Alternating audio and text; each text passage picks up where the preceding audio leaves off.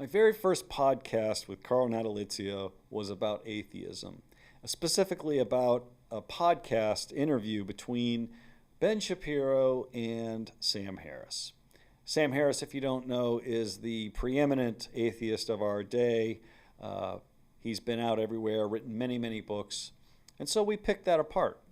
And after the podcast was finished, I took maybe 3 or 4 segments and I broke them out and labeled them different things. And the most popular, or maybe the most watched rather, of those was called Atheism is Empty. Now, here's what's fascinating about that. So far it has well over 360 views, about 50 dislikes and 1 like, and a plethora of comments. The number one term from the comments was that all of our arguments were straw man arguments as to why atheism is empty. But here's the thing, though, that caught my mind and my eye about all of those commenters. It was the fact that I get to see the metrics of how long each commenter gets to watch, or rather, how long they did watch. And it was fascinating to me to see that on average, the commenters only watched 1 minute and 26 seconds of that video. That's right, 1 minute and 26 seconds before they arrived at the conclusion that we were engaged in straw man arguments. So here's my retort to that. Atheism is empty. And atheism is empty because if you take it to its logical ending, there is no moral authority. There is nothing that prevents you as an atheist from endorsing life as much as you endorse death. There's nothing as an atheist that prevents you from aborting a baby.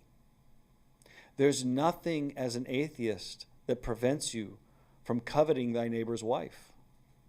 There's nothing as an atheist that is beyond reproach. Because if you are a true atheist, you believe nothing more that we are just bags of meat walking along the streets aimlessly with no purpose. We arrived from nothing and we will end in nothing. And if that's in fact the case, then atheism is empty. There's emptiness throughout atheism. And you can have all the mental gymnastics you want to try to turn it into something that it's not. But at the end of the day, as an atheist, if you are going to be the one to create your own moral prerogative, then it is just as weak as the next atheist's moral prerogative.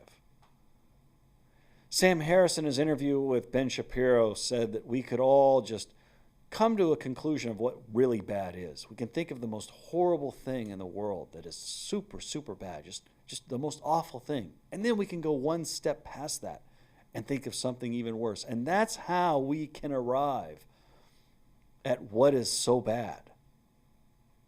The problem, however, is it's relative. What you may think is really bad, the next atheist down the line might not believe is really bad.